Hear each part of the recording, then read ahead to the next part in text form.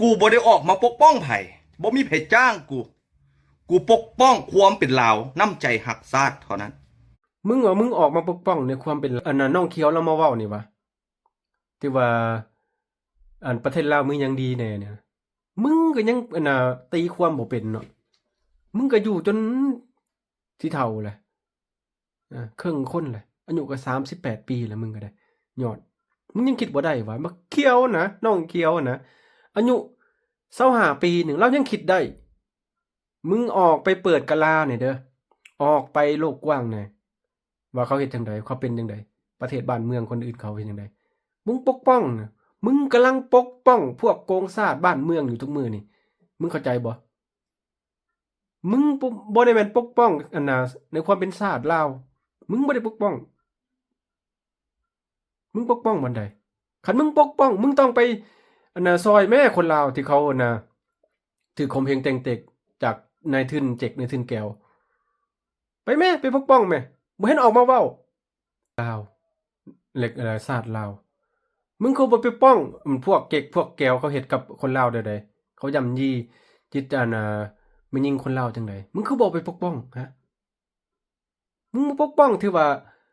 ความเป็นลาวถือว่าไอ้เขียวๆเรามาเว้านี่วะที่ว่าอันประเทศลาวมึงยังคันซั่นอันนั้น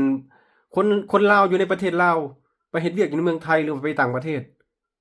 เขาก็เป็นขี้ข่าหมดทั้งตัวหึมีแต่มึงฉลาดคนเดียวหั่นวะกูถามมึงฮะสมองมึงน่ะมึงคิดแหน่คิดซอยประชาชนลาวแหน่สิเฮ็ดจังใดมึงคิดอยู่บ่ฮะแล้วลูกมึงอะนะเกิดมานะที่ใหญ่มานะมันก็สิบ่มีสิทธิ์มีเสียงเว้าเข้าใจบ่